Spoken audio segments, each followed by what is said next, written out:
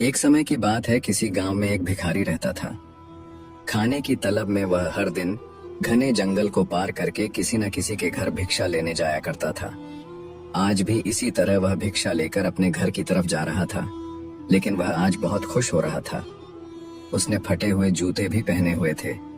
वह खुशी में गुनगुनाते हुए जंगल के रास्ते अपने घर को लौट रहा था। उसी जंगल में एक राजा भी था, जो अपने हालात से बहुत दुखी होकर महल से भागकर वहां आराम कर रहा था। तभी राजा की नजर उस भिखारी पर पड़ती है। भिखारी को इतना खुश देखकर वह यह सोचने को मजबूर हो जाता है कि इस इंसान के पास कुछ नहीं है। फटे हुए कपड़े व पैरों में कटे फटे जूते होने के बावजूद भी यह कितना खुश नजर आ रहा है। और एक मैं हूं जो दिन रात एक करके अपनी प्रजा और परिवार वालों की सेवा करता हूं, लेकिन इसके बाद भी वो लोग खुश नहीं होते हैं। उन सभी को सिर्फ मेरी राजगद्दी चाहिए, और इसके लिए वे मुझे मरवाने का षड्यंत्र भी रच रहे हैं। दरअसल राजा ने एक दिन अपने महल में कुछ पहरेदारों को बात करते हुए सुन लिया था। वो आपस में बात कर रहे थे कि जैसे ही यह राजा मर जाएगा, उनकी आंखों का कांटा साफ हो जाएगा। राजा की पत्नी बहुत पहले ही उसे वह राजमहल को छोड़कर जा चुकी थी। राजा को कोई पुत्र भी नहीं था। इस वजह से उसके पास अपना कोई उत्तराधिकारी भी नहीं था। जिस दिन से राजा अपने खिलाफ इस षड्यंत्र के बारे में सुनता है, तब से वह बहुत ही सावधान रहने लगा था। इतना ही नहीं, एक दिन राजा के खाने में उसके भाई ने जहर मिलवा देता है, जिसके बारे में राजा को भनक भी नहीं थी। वो तो राजा जब खाना खाने बैठता है तो अचानक एक बिल्ली ने आकर वो खाना खा लेती है, और कुछ देर बाद वो बिल्ली वहीं मर जाती है। इस घटना के बाद से राजा अपने खिलाफ हो रहे षड्यंत्र के प्रति बेहद सतर्क हो जाता है। उसने अपने भाई से कहता है कि उसके मरने के बाद वह ही राजा बनेगा, इसलिए उसे राज्य की सारी जानकारी रखना जरूरी है। इसी वजह से एक दिन इन्हीं सब बातों से परेशान होकर राजा महल छोड़ देता है, और बिना किसी को बताए वहां से भागकर वह उस जंगल में चला आता है। वह जंगल उसकी नगरी से बहुत दूर था, इस वजह से उसे वहां कोई पहचान भी नहीं सकता था। राजा जंगल में बहुत दिनों से रह रहा था, जिस वजह से उसके बाल भी काफी बड़े हो जाते हैं। उस भिखारी को देखकर राजा सोचता है कि हम दोनों ही इंसान हैं, बस फर्क है कि वह खुश इंसान है और मैं दुखी।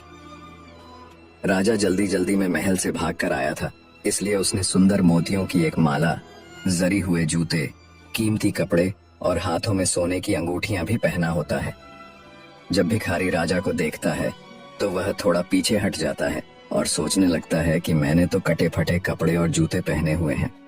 भीख न मिले तो मैं भूखा भी रह जाता हूँ, लेकिन इसके तो ठाठ बाट ही अलग है।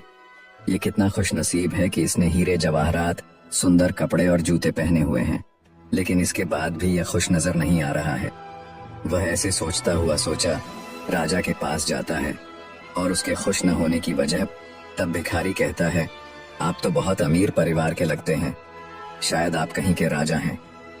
तब राजा कहता है, हाँ सही बोले तुम, मैं सूरतगढ़ का राजा हूँ और अपना राज अपने भाई को देकर यहाँ पर आ गया हूँ। मेरे घर वाले दौलत के चक्कर में मुझे मरवाने का षड्यंत्र कर रहे थे, उसी से बचने के लिए मैं यहाँ पर मन की शांति के लिए आया हूँ।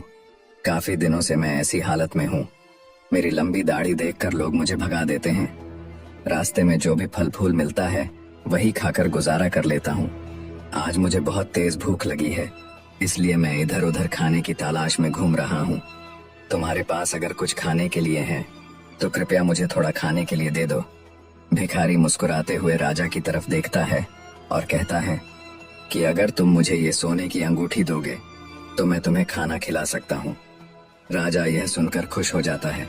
उसने अपनी अंगूठी भिखारी को दे देता है और बदले में उससे रोटी लेकर खा लेता है। भिखारी राजा से कहता है कि तुम और मैं दोनों ही अकेले हैं, चलो हम दोनों साथ में चलते हैं। दोनों साथ में चलते हुए एक घने जंगल में पहुंच जाते हैं। वहां पर वह आराम करने लगते हैं। भिखारी राजा से कहता है कि आप कितने भाग्यवान हैं, आपके पास इतनी धन दौलत है, लेकिन मेरे पास कुछ भी नहीं है। फटे जूते पहने हैं, आपकी अंगूठी से मेरी बहुत सी समस्याएं दूर हो जाएंगी। फिर राजा कहता है कि मैं भी तुम्हारी ही तरह कुछ सोच रहा था। तुम्हें फटे जूतों की परवाह किए बगैर खुशी से अपने रास्ते की तरफ जाते देख मैंने सोचा, इस दुनिया में तुम्हारे जैसा कोई खुशनसीब ही नहीं है। मेरे पास सब कुछ होते हुए भी मैं खुश नहीं हूँ। हम दोनों की हालत एक जैसी ही है। फिर बातों ही बातों में उस भिखारी ने राजा से उसके राज्य की सारी जानकारी पूछ लेता है और मन ही मन फैसला करता है कि रात में जब राजा सो जाएगा तो वह उसके कपड़े और गहने लेकर वहां से भाग जाएगा। जब तक राजा सोता नहीं है तब तक भिखारी उससे मीठी मीठी बातें करता रहता है। रात को उसने राजा को खाने में बेहोशी की दवा मिलाकर खिला देता है। इससे राजा गहरी नींद में सो जाता है। फिर भिखारी ने राजा के कपड़े व उसके सारे गहने पहनकर वहां से भाग जाता है।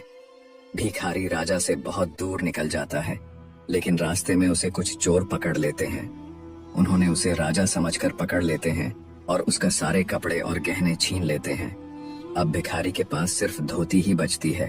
चोरों सब कुछ लूटने के बाद उसे एक पेड़ से बांध देते हैं और उससे पूछने लगते हैं कि वह कहाँ का राजा है। अगर नहीं बताओगे तो तुम्हें मारकर कहीं फेंक देंगे। भिखारी चोरों से कहता है कि वह राजा नहीं है। मैंने अपनी लालच की वजह से एक राजा के सारे कपड़े और गहने चोरी कर पहन लिए हैं। वह राजा अपने जीवन से दुखी है और जंगल में खाने के लिए भटक रहा है। चोर उससे बोलते हैं कि वह नाटक कर रहा है। उन्होंने फिर उससे पूछते हैं कि तुम कहाँ के राजा हो। भिखारी चोरों को बताता है कि वह राजा राय प्रताप है, जो सूरतगढ़ का राजा है। उसका भाई राय बहादुर उसके राज्य का मंत्री है। वह अभी जंगल में आराम कर रहा है, लेकिन चोर उसकी बात पर भरोसा नहीं करते हैं। उधर जब राजा की नींद खुलती है तो वह भिखारी को पुकारता है। उसने अपने सामान को देखता है तो उसके पास सिर्फ एक पोटली ही होती है, जिसमें उस भिखारी का कुछ सामान होता है। दूसरी तरफ वो चोर सूरतगढ़ के महल में पहुंच जाते हैं। वहां पहुंचकर वो राजा के भाई राय बहादुर से कहते हैं कि उनके पास उनका भाई है। अगर वो उसे जिंदा बचाना चाहते हैं तो उसके लिए उन्हें 3000 सोने के सिक्के देने पड़ेंगे। ये सुनकर राय बहादुर बोलता है, इसके लिए तुम्हें मेरे भाई को मुंह पर कपड़ा बांधकर राजमहल लाना होगा, तभी हम तुम्हें सोने के 3000 सिक्के देंगे। चोर उस भिखारी के मुंह पर कपड़ा बांधकर उसे राजमहल लाते हैं और उसे राय बहादुर के हवाले कर देते हैं। राजा के कपड़ों में भिखारी को देखकर राय बहादुर को यकीन हुआ कि यह उसका भाई ही है। वह सोचता है कि अब वो इसे मारकर खुद राजा बन जाएगा, लेकिन जब उसने भिखारी के मुंह से कपड़ा हटाया जाता है तो वह गुस्सा हो जाता है। उसने चोरों को कहता है कि मुझे पता था कि तुम लोग दौलत के चक्कर में मुझसे झूठ बोल रहे हो। यह आदमी मेरा भाई नहीं है। हम तुम्हें 2 महीने का समय देते हैं, मेरे भाई को पकड़ कर लाओ, और अगर नहीं लाए तो तुम सबको मृत्यु दंड दिया जाएगा, और अगर यहाँ से भागने की कोशिश की तो जिंदा दफना दूंगा। ये सुनकर सभी चोर बहुत डर जाते हैं और मौका मिलते ही वहां से भाग जाते हैं।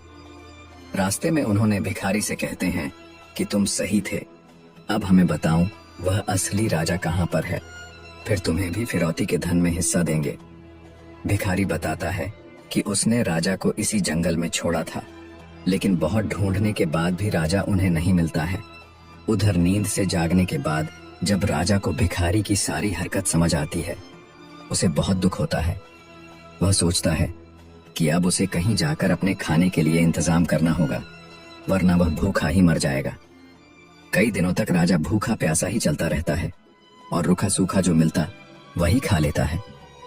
चलते चलते राजा को 1 हफ्ता हो गया था। उसे याद आता है कि उसके पास एक पोटली है जो भिखारी उसी के पास भूल गया था। वह उस पोटली को खोलता है तो उसमें उसे सन्यासियों के कपड़े मिलते हैं। राजा सन्यासी वाले कपड़े पहन लेता है। वह जंगल से निकलकर एक छोटे से गांव के पास पहुंच जाता है। वहां एक नदी के किनारे पहुंचकर सो जाता है और 2 दिनों तक सोता रहता है। वहीं आसपास के लोगों को लगता है कि यह कोई साधु बाबा है जो अपनी समाधि में ध्यान कर रहा है। लोग सो रहे राजा के पास चावल चढ़ा देते हैं तो कुछ लोग ने धूप जला देते हैं।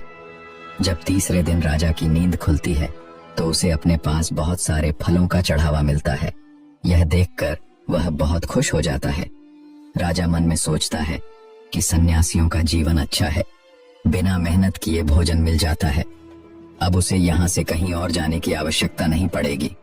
राजा ने वहीं पर एक कुटिया बना लेते हैं और उसी में रहने लगता है।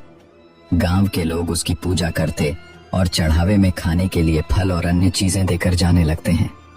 एक दिन गांव के सभी लोग मिलकर उसके पास जाते हैं और उससे कहते हैं कि बाबा, हमारे गांव में बहुत सालों से बारिश नहीं हुई है, आप कोई उपाय करें। यह सुनकर राजा परेशान हो जाता है कि अब वह क्या करे।